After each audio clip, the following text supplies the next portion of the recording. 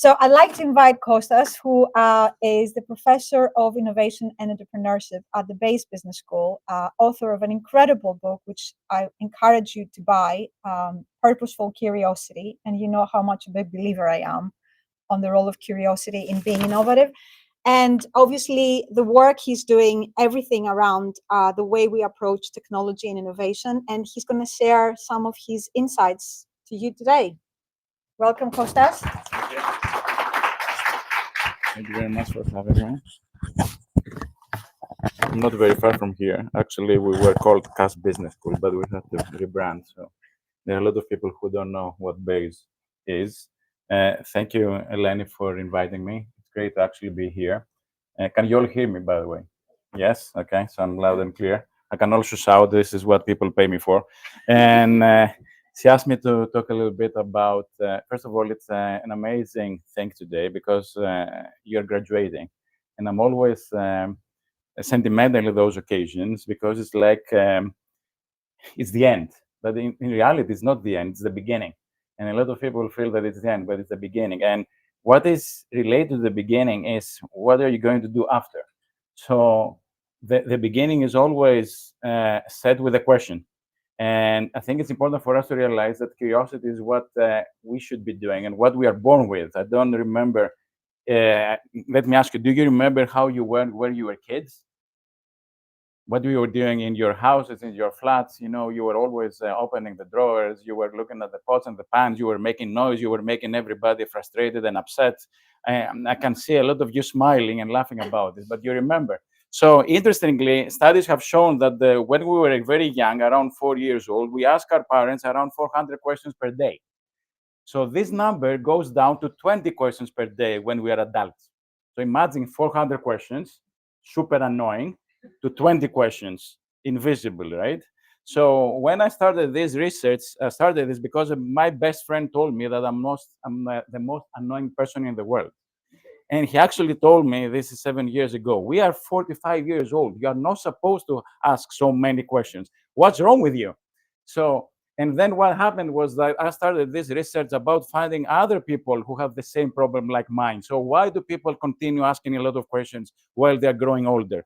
So, and Elena is, thank you very much for mentioning the book. This is one of the best books to buy. No, I'm kidding. So, there are a couple of things that I wanted to say, the highlights. First of all, I will totally encourage you to continue being annoying.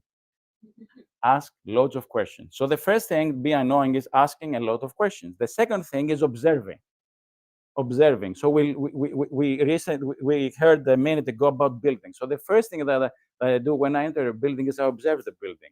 So I observe the colors, I observe the material, I observe the textures, I observe how people behave, you know, do they interact? It's open plan. So is it inviting? Is it warm? All these kind of questions. So a lot of questions, a lot of observations. I do this even on the tube. I see a lot of people stuck on their mobile phones. I'm one of these weirdos that don't use their phones. So I'm looking around. So what do people read? Do they read the book? So what is the book that they're reading? What do they wear? I mean, do they look happy? Do they look stressed? So there is a lot of information that we can get by observing other people. So that's the first thing. Stay annoying, ask questions, observe. The next thing is you have to take the plunge at one point. If you want to learn how to cycle, you need to start riding a bicycle, right? You cannot learn swimming by reading the book. So that's why I'm against books. The only book that you can use in terms of improving your skills is my book. So you read my book to improve your curiosity, right? That's another joke. So you have to take the plunge. What do I mean by this? And this is what I like about what I do, because I'm like a cartoonist. A cartoonist does a drawing and then they put it up in the market and they say, will they find it funny or not? And this is what you do, right, with product. The product is about developing something. I have to launch it in terms of getting feedback. So I teach entrepreneurship, and a lot of times my students say, I'm done. You know, I launch the product, I'm done. No, you're not done. This is where it starts, because you have to actually keep it quiet, listen to what the market tells you, and get all this feedback and put it in the next version 2, version 3, version 4. So it's about the iteration. It's experimentation. It's also iteration. Then the third thing is about teams. It's a lot of times we think that curiosity is an individual pursuit. Sometimes it's a team pursuit, right? So what I'm always saying is, what I'm always saying is the following. I have, for instance, colleagues who are telling me, I read this very interesting thing. And you know what is the first response? Great. And you know what happens after that? They get a little bit disappointed because they tell us this, because what is the next thing that they want to do? Whoops. Let me not destroy the smartest building in Europe. So what is the thing that they want to do? Talk about it. And you know what we normally do? They are saying, for instance, I've read this thing, and you know what to say? Great. We go back home after work. You know, our kids, our spouses, you know, our husband, they say, yeah, at work I have this problem. Yes, great. So what is for dinner? You know what is the interesting thing? And these are three powerful words that we never use. Three extremely powerful words. Tell me more. Tell me more about this. Okay. So the tell me more, these three magical words can make a difference between what I just actually gave you and what can really happen. So when you say to somebody, tell me more about this, what do you think magically happens? First of all, you see a smile. People start talking about or the vent about something. And the other thing is that you learn. So they say you learn. Life is about learning. Life is about, for instance, interacting. And a lot of times I cannot believe that somebody is paying me to learn, right? So that's the best job. Okay, it doesn't pay well, but it's still the best job because somebody is paying you to learn more about something. I was having a fantastic conversation about AI, generative AI. So what is coming next? You're always learning. You go to events, you speak to people. There's always something super interesting to learn. So tell me more. Use this more. I think this is important.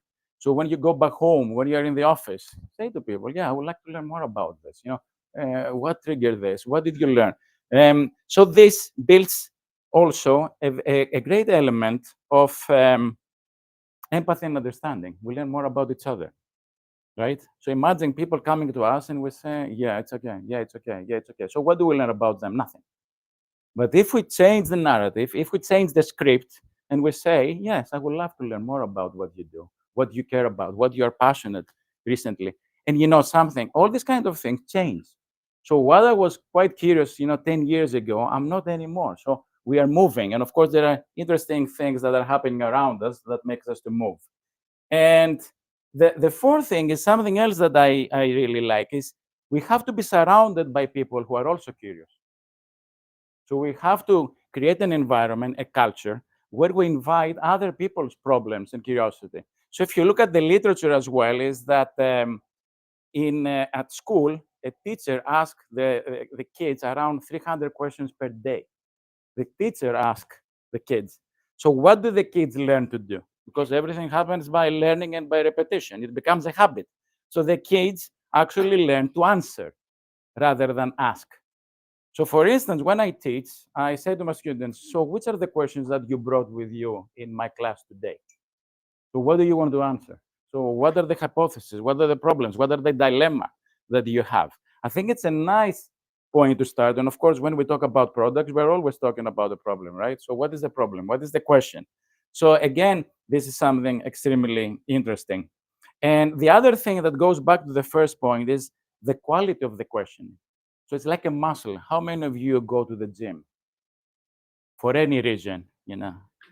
Don't be shy. It's January. Almost all of you should have gone to the gym. This is the New Year's resolution. Oh my God! I need to stop drinking. I need to stop eating, and I have to go to the gym. 1st of February, everybody starts drinking, eating, not going to the gym, right? So this is what always happens every year. You see repetition. But the other thing is the quality of the question. So how often do we, for instance, reflect on the questions that we ask?